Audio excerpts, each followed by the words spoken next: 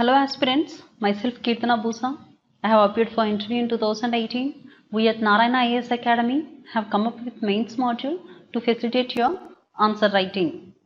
Important topics for the coming mains 2019 are picked, and all the important points required to cover the topic are provided in a simple and lucid manner. We are taking these points from multiple sources so that you will get sufficient points to use in the mains exam. We are also taking extreme care to provide good structure to the topic. Hope our efforts will benefit you.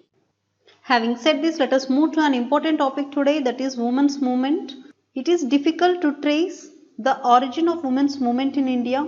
Most accounts of the movement start from the 19th century, but recently social historians have discussed its history from the pre-colonial times.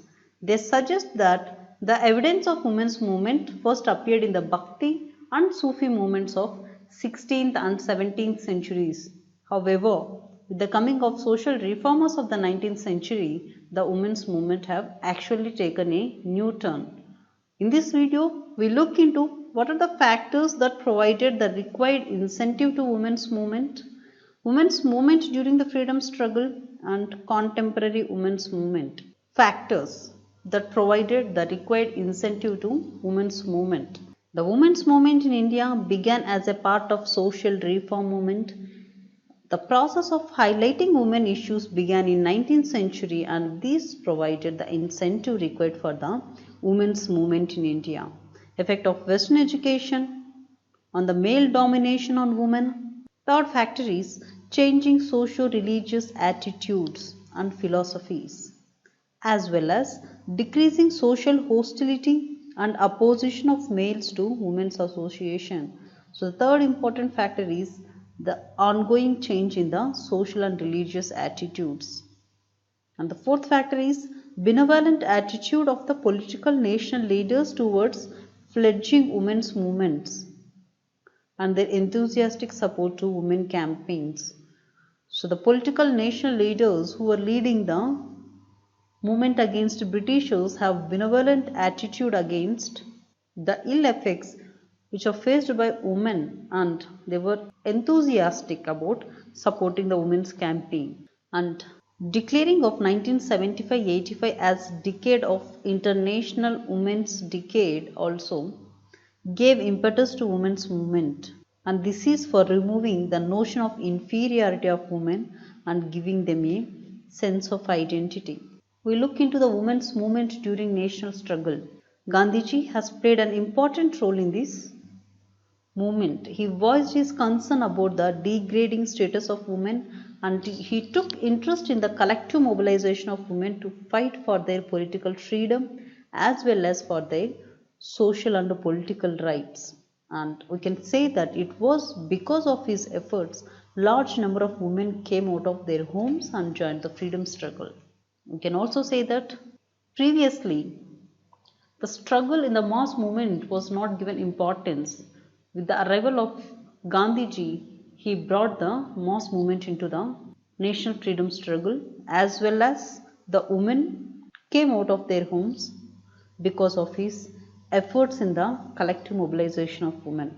And these women who joined the national movement recognized the importance of self-reliance, Swadeshi, and women's education. So what are the women's organization during those period? The liberal egalitarian ideology under British Raj has created the conditions which are conducive for social awakening among Indian women.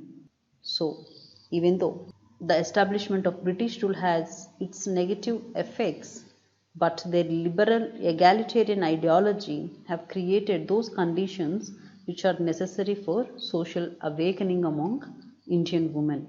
This includes Banga Mahila Samaj and Ladies Theosophical Society, which have functioned at the local levels to promote the modern ideals for women. And the important national organizations were Bharat Mahila Parishad, Bharat Stri Mahamandal, Women's Indian Association, National Council of Women in India, All India Women's Conference, Kasturba Gandhi National Memorial Trust. These were formed before pre-independence era. And if a question is asked about the women movement, please mention all these national organizations which were prominent during that period and what are the issues they have fight for.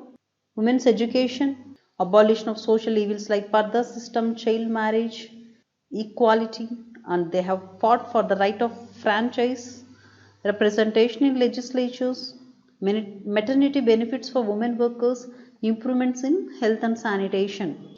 And this nationalist phase of women's movement ended after independence with an assurance to remove all forms of gender inequalities. The task of social reconstruction undertaken have confirmed this goal. Consequently, women's movements were subdued for almost 2 decades till 1970s. And the contemporary women's movement started in the 70s and 80s, and this was very different from the earlier movements and is influenced by two factors. One is powerful women movement in the USA, which ignited a worldwide debate and protest by women for their emancipation and rights. This influenced the women in India, particularly the urban educated elite classes. There was abundant feminist literature available in the universities, colleges.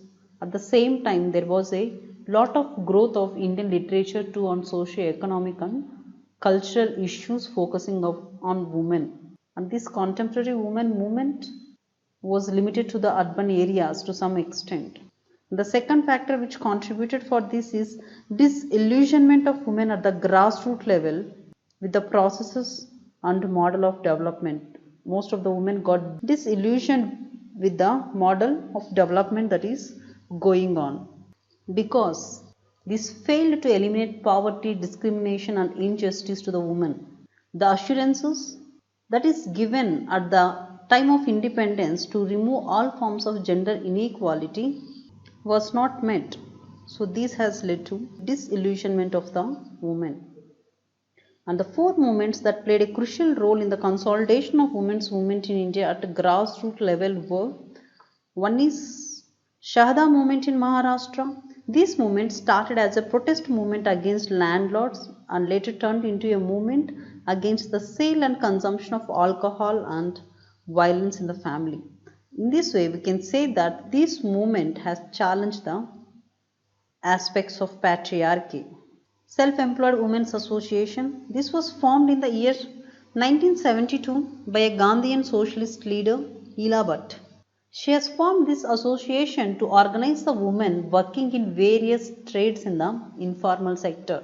The aim of this seva was to improve their working, provide technical and economic assistance, and help them to sell their products at better prices by collective bargaining. So, the most important aspect of this association is to improve the economic condition of the women, because economic dependency is one of the major causes of their exploitation, that is women's exploitation by men.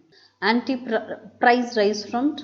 This was organized by Mrinal Gaur of Socialist Party and Ahilya Rangekar of CPIM. They formed the United Front to mobilize the women in the cities against the rising prices, that is inflation. The reason is due to the conditions of famine and drought which affected the urban areas in Maharashtra, which has led to the rising prices and black marketing. It became a mass movement demanding price control and proper distribution of essential commodities at the fair prices. The women groups, they have also raided the premises of black marketeers. We can say that it was a mass movement of urban housewives against economic hardships affecting their daily life. Now Nirman Samiti. This is initially a student protest against rising prices and political disorder, but it became a massive movement when middle class women joined it. This is also for the same reason, that is rise in expenditure of essential commodities. These are the examples for the women's movement at grassroots level. So what are the demands of the contemporary women's movement? It is based on two goals. One is liberation or upliftment of women, and the second one is equal right for men and women, that is extending civil rights that are enjoyed by men to women in political, economic and family sphere. And the women were demanding by organizing public meetings, presenting views to government officials, forming committees to investigate conditions, and holding conferences to mobilize women. So they debated on the issues of women's health, violence, rape, wife battery, divorce, right to maintenance. And the women's movement is concerned not only with the enactment of legislation in their favor, but also they were concerned with the amendments to the existing laws that are anti-women. And women's movement in India in its current phase is not only concerned with education of women, but they are also demanding the right kind of education, textbooks having women content in the proper perspective. And women development centers are conducting research in women issues. They are demanding not only reservation but proper share in all material resources, means of production, education and in decision making process. They are also fighting for equal wage for equal work. So we can affirm that women's movement in India have played an important role in bringing and driving the women's issue to the national agenda. Hope this video is helpful. Thank you and all the best.